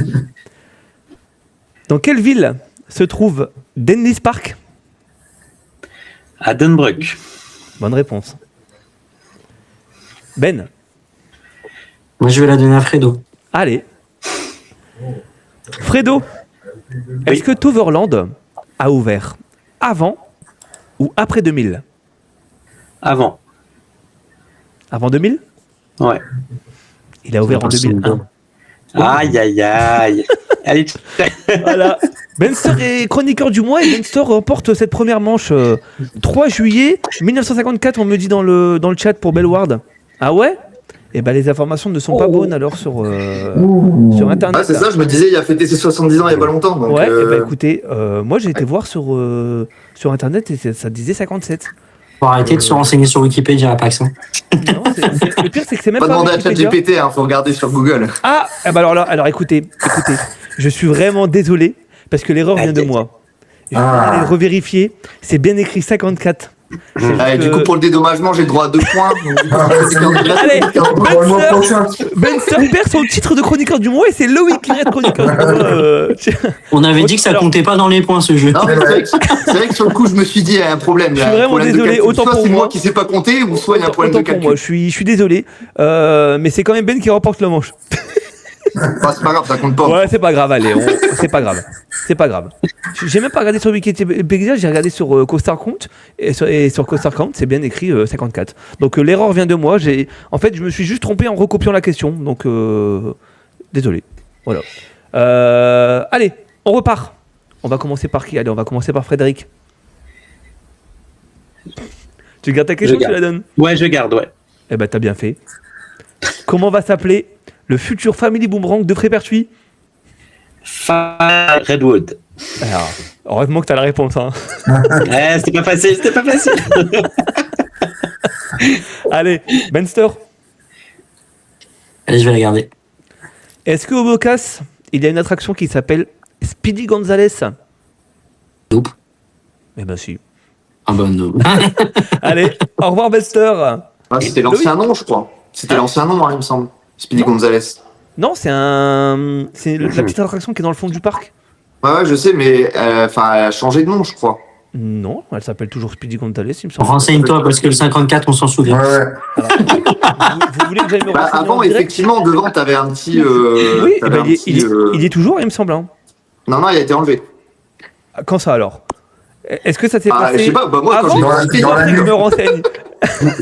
Ils l'ont enlevé dans la nuit. Non mais c'est ça. Alors attendez, c'était peut-être l'année passée, il y a 2 ans. Je suis allé il y a 2 ans. Parc du Bocas, Speedy Gonzales. Ouais, ils ont gardé le nom alors du coup. Ils ont gardé le nom. Voilà. Bon bah au revoir. Au revoir. J'ai essayé de t'aider même, mais bon. Au revoir Benson. Allez, Loïc, tu gardes ou tu donnes? Ouais, je vais la garder. Ok. Quel est le constructeur de RC Racer à Disneyland Paris? RC Racer, Ntamine. Bien joué. François? Je garde. Ok. Est-ce que à Fantasyland, il y a les attractions Ninja, donc je dis bien Ninja Fear et Ninja Force? Ah putain, en plus on est passé devant. On s'est arrêté devant. Ouais, parce qu'on n'a pas fait 85 minutes d'attente.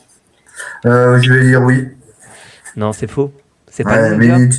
C'est Ninjas. Ouais, voilà. T'es excusé après, t'as été une fois à Fantasyland. Ouais. Mais j'avais un doute aussi, donc...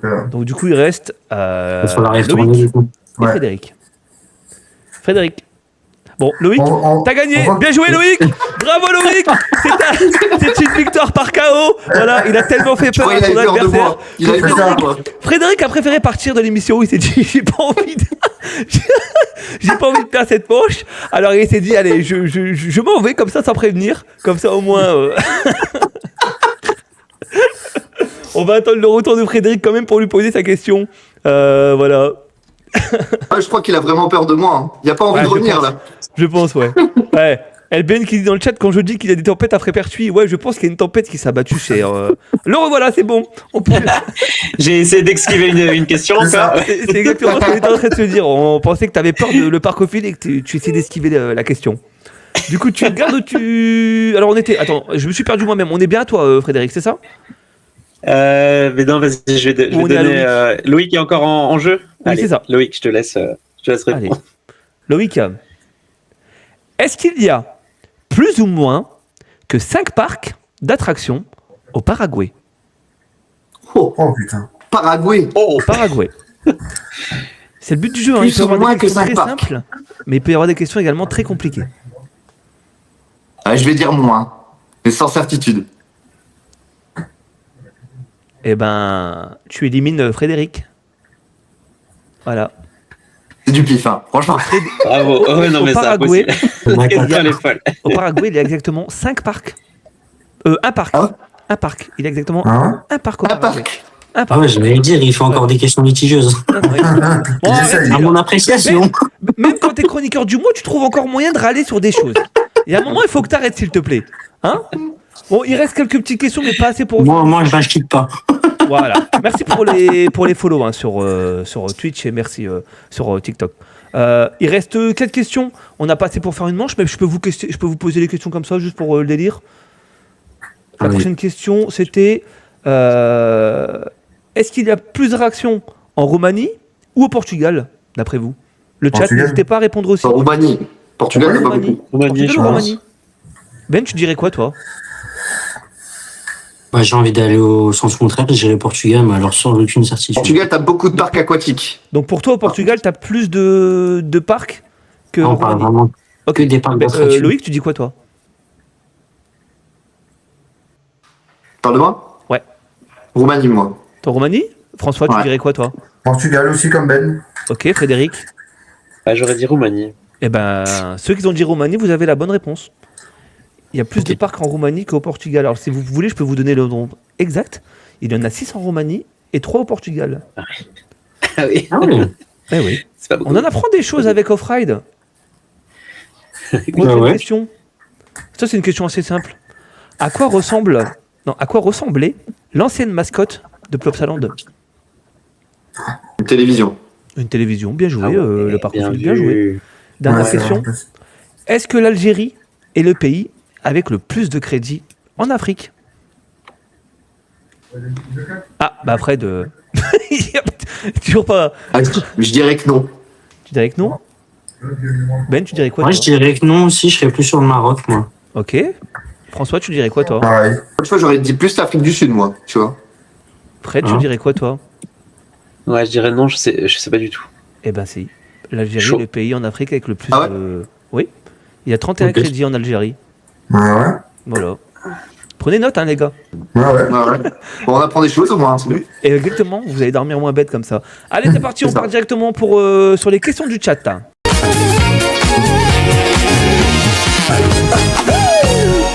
Allez, c'est maintenant, c'est le moment. À moins que Ben a marqué toutes vos questions pendant l'émission, parce qu'il a beaucoup noté. Je l'ai vu entre deux trucs dans la bouche, là, parce qu'il mange en même temps. J'ai vu qu'il notait des questions en même temps. Donc si vous avez des questions dans le chat, n'hésitez pas à les poser. Sinon, Ben en a posé, Ben en a écrit, et du coup, Ben peut les poser. On t'écoute, Ben. Bah ouais, je peux commencer. Alors là, c'est pas vraiment une question du chat, mais je vais rebondir avec une question du chat dans la foulée. Qu'est-ce que tu as ressenti quand tu as été chercher ton trophée lors du Parc Fan Event? Alors, petite parenthèse, c'est vrai qu'on n'est pas revenu sur ça pendant qu'on discutait avec toi, mais du coup, c'est vrai de poser cette question, c'est l'occasion de revenir dessus, du coup. Ouais, et en vrai, j'étais assez surpris. Alors, je vais vous expliquer, c'est que je savais quand même qu'il y avait un prix à récupérer ce jour-là pour Frépert, puisque du coup l'organisation il s'assure quand même d'avoir les personnes pour récupérer les prix, mais par contre je ne savais pas pour quelle catégorie, et on avait été nommé dans 3 catégories, et donc je ne savais pas pour quelle catégorie, je ne savais pas combien de prix, et très très officiellement du coup le premier prix pour lequel on a été appelé, je pensais pas du tout en fait qu'on serait appelé pour ce prix-là, donc j'ai vraiment très ému pour de vrai, parce que j'étais tout en haut de la salle et non vraiment j'étais hyper fier pour les équipes du parc, et puis d'avoir vraiment eu la chance d'en avoir un deuxième. Là du coup c'était incroyable. C'était incroyable. Et toi tu savais pour le moins de 300 000, c'est ça? Moi, je me doutais celui auquel je pensais le plus, c'était vraiment dans la catégorie des parcs de moins de 300 000 visiteurs, parce qu'effectivement, on a été c'est la première année qu'il y avait ce niveau de parc, et les autres années, on avait la chance d'avoir été plutôt bien classé, même si on n'était pas premier dans les catégories au-dessus. Donc, on croyait en notre communauté pour qu'elle nous soutienne encore. Donc, effectivement, c'était la plus Ok. Enfin, moi, c'est compliqué. On va le retrouver.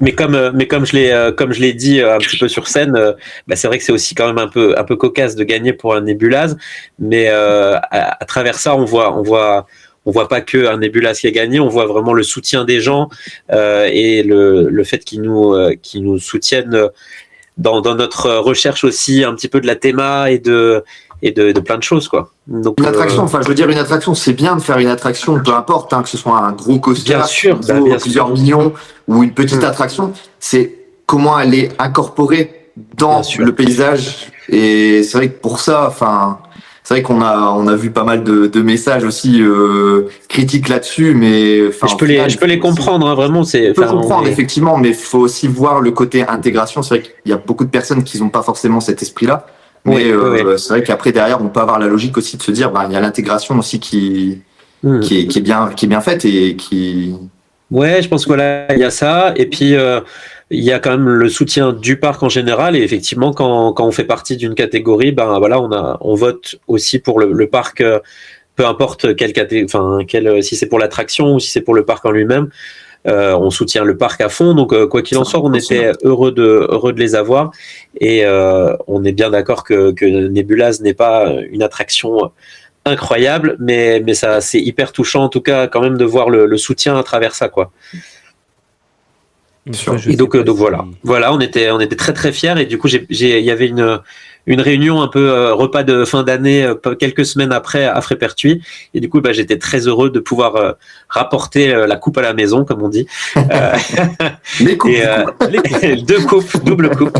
Non, en tout cas là j'ai pu vraiment repartager tout ce que j'ai reçu pendant la cérémonie là avec les équipes du parc, qui elles sont vraiment celles qui méritent le plus, parce que voilà, je ne fais que transmettre leur travail au quotidien, mais c'est elles vraiment qui œuvrent et qui prennent des risques et qui se couchent pas pour que tout fonctionne et que tout soit propre et que tout.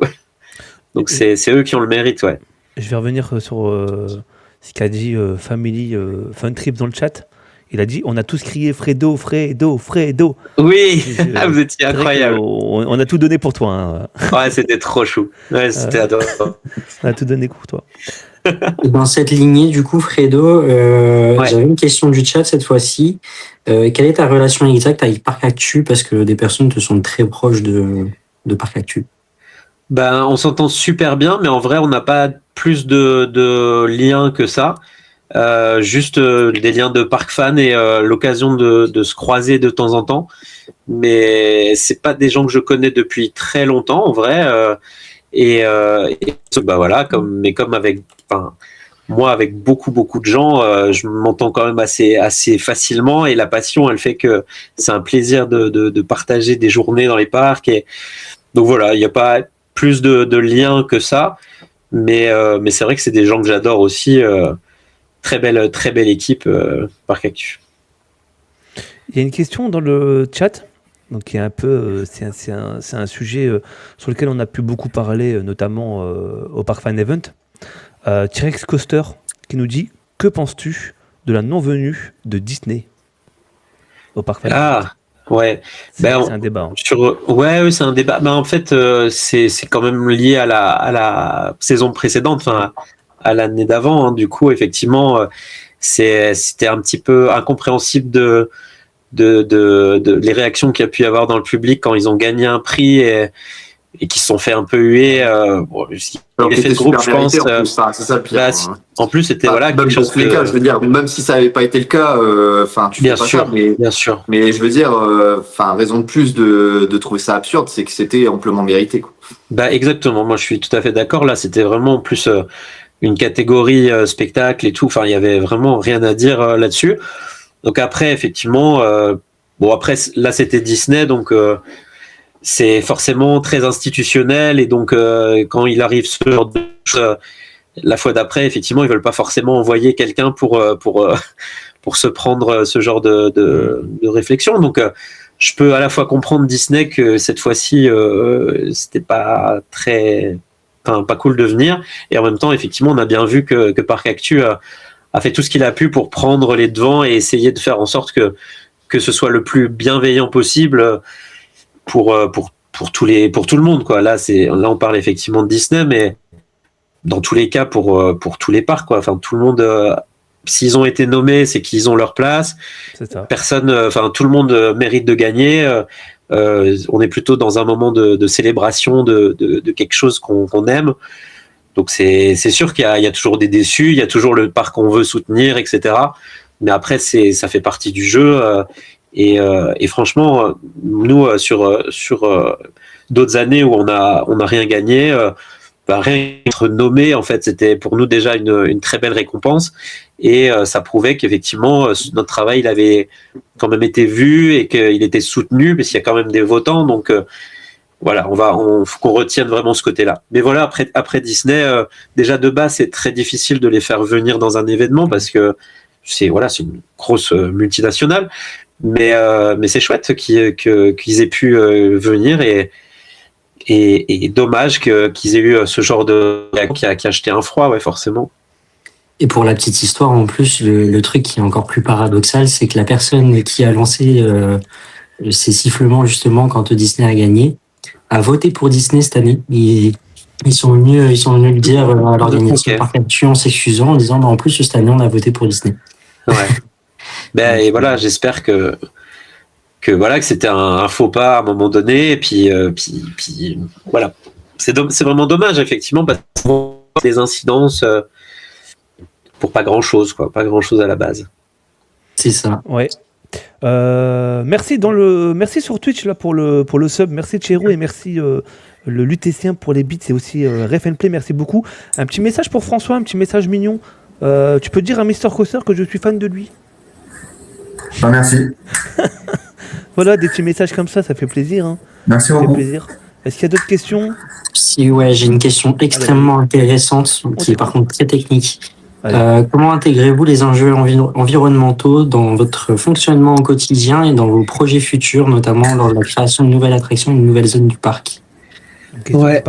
C'est une question qui est forcément de plus en plus présente quand on a un cadre naturel comme le nôtre et tout, on sait qu'il faut aussi arriver à jongler pour le préserver. On a notamment des questions sur l'eau qui vont devenir dans les prochaines années un élément majeur. Donc effectivement, dans tout le développement du parc, pour les nouvelles attractions, il y a beaucoup de questionnements qui se font au niveau de l'énergie. Il y a la question qui se pose toujours, effectivement, des fois sur d'anciennes attractions, enfin sur des attractions qui sont un peu en fin de vie. On avait notamment une attraction, c'était des bumpers, donc des bateaux tamponneurs sur l'eau, mais qui fonctionnaient avec des moteurs diesel. Donc voilà, c'était à la fois bruyant, coûteux, odorant, chaud, donc plein de problématiques. Donc effectivement, quand il faut faire des choix à un moment donné, avec les années qui passent, c'est des choses qui s'imposent à nous et ça a beau être hyper fun, hyper amusant, oui, à un moment donné, il y a une logique qui fait qu'on peut pas garder des attractions comme ça. On a regardé aussi pour transformer notre train avec un système électrique. C'est pas encore tout à fait possible nous parce qu'on n'a pas l'impression, mais il y a un léger dénivelé dans le parc qui demande en fait à une certaine partie du parc une puissance plus importante et le temps en gare n'est pas suffisant en fait pour recharger la batterie. Mais c'est des technologies qui sont en train vraiment de progresser, d'évoluer, donc c'est un sujet qu'on va reprendre régulièrement pour arriver à un jour le passer en mode électrique.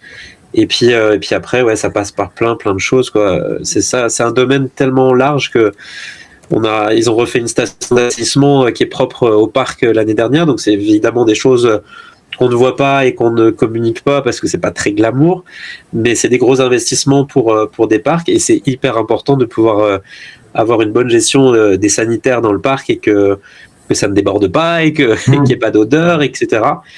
Et que ce soit fait. Donc là, c'est un nouveau système qui a été fait avec multi-cuves pour que ce soit fait d'une façon plus naturelle. Donc voilà, il y a plein de choses.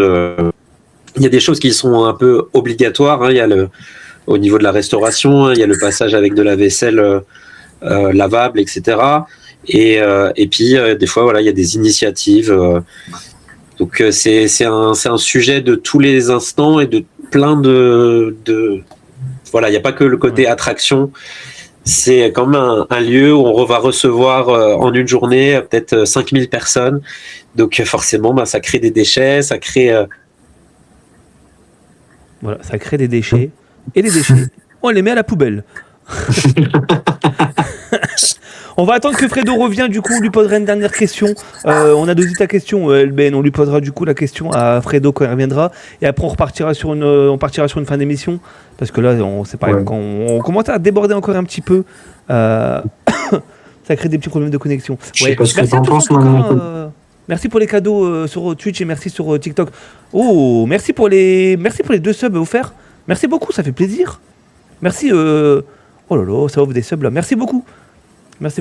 Merci Ben pour la question et Frédéric pour ta réponse. Hyper intéressante, c'est super de participer à ces jeux. Ah là là, vous allez croire que je vous veux.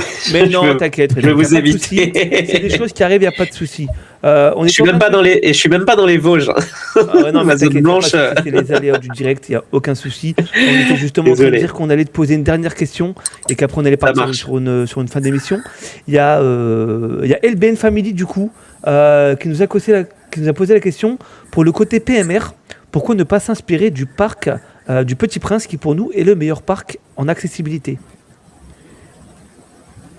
Est-ce que après est-ce qu'il y a des points particuliers au parc du Petit Prince il n'a pas dit que, enfin il n'en a pas donné en tout cas.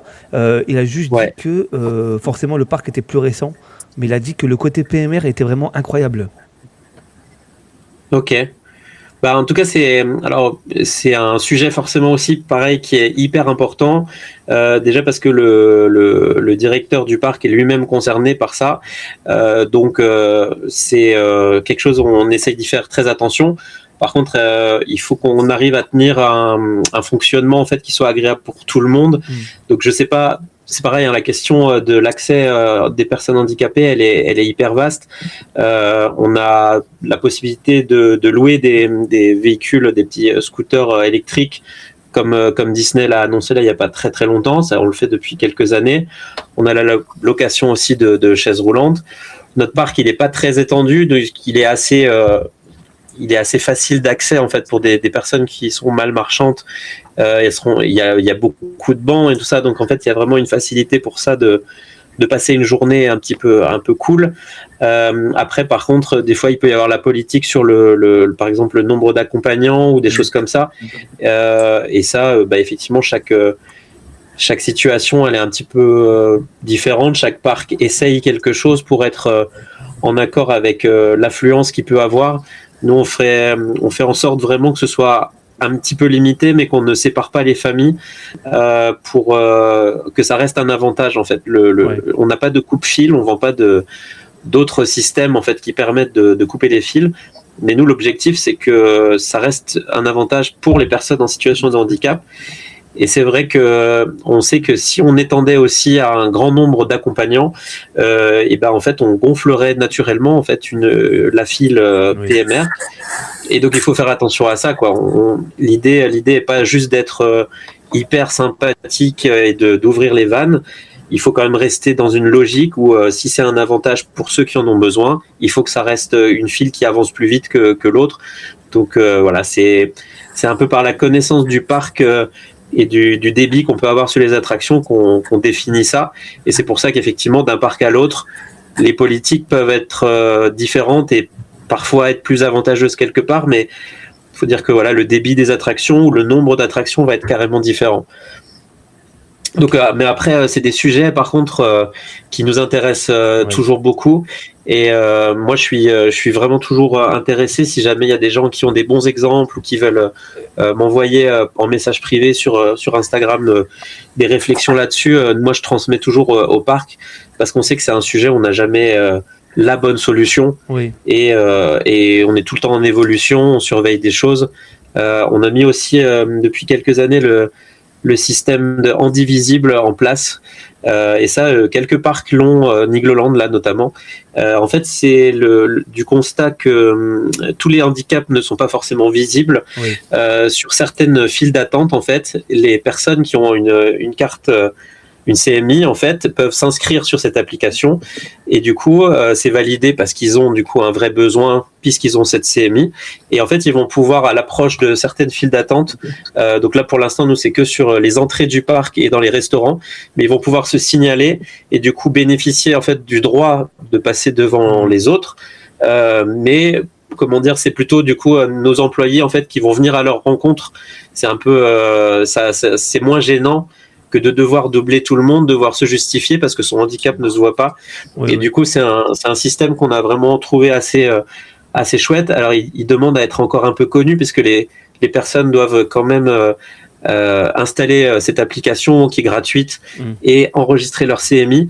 Mais par contre, nous, ce qu'on espère, c'est que il y a de plus en plus de parcs et même de supermarchés, de plein de choses qui adhèrent du coup à cette application. Et ce qui fait que voilà, une personne qui en a réellement besoin, elle va pouvoir utiliser cette application chez nous, mais aussi dans d'autres endroits de son quotidien, quoi. Et donc voilà, toujours plein de petites choses et toujours perfectibles, mais c'est pour ça on est toujours à l'écoute. On a accueilli l'année dernière Monsieur Kahn, qui est aussi très présent sur les réseaux et qui est forcément du coup complètement dans le sujet. Et du coup, on a beaucoup échangé ensemble et on n'a pas fini de le faire parce que lui, effectivement, il a un œil très très pointu là-dessus et il connaît beaucoup de parcs, donc il peut aussi nous apporter un peu de la connaissance sur ce domaine. Ok. Et en tout cas, la LBN dit qu'ils t'enverront toutes ces informations. Avec plaisir, ouais. Donc voilà. Et en tout cas, un grand merci à toi, Frédéric, d'être venu. Merci à vous, avec plaisir. C'était un vrai plaisir de t'accueillir et d'en découvrir un peu plus sur Frépertuis. Merci beaucoup. Un parc, encore une fois, vraiment que j'ai vraiment beaucoup de découvrir et que j'espère pouvoir découvrir cette année. Donc, j'espère aussi. Peut-être avec mon bébé. Qui sait ? Mais bien sûr. Voilà. Bien sûr, la famille s'agrandit. Voilà, c'est ça. C'est trop bien. Benster, tu es content ? Je suis très content. Je suis le roi de ton émission. Tout le monde nous en parlait. Hein.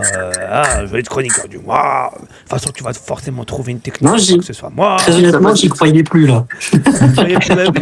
Bon, François, c'est pour quand du coup la remontada ? Le mois prochain pour maintenant. T'inquiète pas, François. Ça va finir par arriver. Mais oui, le mois de février, les petits. Oui. Il y a des chances que je passe. Alors c'est vrai que vous n'êtes pas forcément encore au courant. Off-Ride au mois de février, ça va être très limité. Voilà, normalement il y aura seulement 2 émissions, à moins que changement de situation et que du coup on peut vous en proposer plus. Mais sinon, comme je déménage, le mois prochain il n'y aura que 2 émissions. Mais c'est un mal pour un bien. Parce que dites-vous qu'après ça, je vais avoir un beau studio avec un beau décor et que ça va être mieux. Voilà. Donc c'est un mal pour un bien. Si on peut, l'émission du fin de mois, du coup fin février, si je peux la faire, je la ferai, mais sans certitude. Benster, merci. Et puis encore bravo. Merci à toi, merci à vous. Encore bravo. Le parcophile, sans rancune ? Merci. Non, écoute, ça a été une bonne bataille en tout cas. C'est vrai, c'était une très bonne bataille ce mois-ci. Ça, c'est... non, si c'est comme ça, en vrai, il l'a mérité. Il l'a mérité, c'est vrai. Mr. Coaster, merci. Merci à vous, merci à Fredo d'être passé sur l'émission. Merci à vous. J'espère gagner le mois prochain. Oui, mais tu as fait une belle remontée. Hein. Il y a un moment, t'es quand même remonté bien, mais je crois que c'est la 2e et la 3e émission. Je crois que t'es quand même pas mal remonté. Malheureusement, t'as un peu lâché sur la dernière. Mais Ben, il a bien joué. Franchement, félicitations, Ben. Oui, c'est que partie remise. Oui, et Frédéric, du coup, encore merci. Franchement, c'était un grand plaisir de te recevoir cette semaine. Et puis, moi d'abord, merci encore. J'espère qu'on aura l'occasion de se voir très rapidement. Et puis, avec plaisir. Pourquoi pas certainement te réinviter dans l'émission une prochaine fois. Ça sera avec grand plaisir. En tout cas, continuez comme ça, c'est vraiment une super ambiance. C'est top. Merci beaucoup. Bravo. Merci beaucoup du soutien, ça fait plaisir. Merci bien sûr, bien évidemment Twitch et TikTok. Merci pour tous les abonnements, pour tous les cadeaux. Franchement, ça fait plaisir. Et du coup, sur ce, une émission une émission au top comme d'hab. Bravo. Et merci beaucoup le Parconautes. Merci beaucoup. Allez, on vous laisse sur ça du coup. On se retrouve la semaine prochaine pour la 8e émission de Off-Ride. N'oubliez pas, 2 jours avant, vous allez recevoir l'information sur l'invité de la semaine. Et puis voilà. Sur ce, on vous fait des gros bisous. Et puis on vous dit à la semaine prochaine. Allez. Ciao tout le monde. Salut tout le monde. Ciao. Allez, bonne soirée. Salut.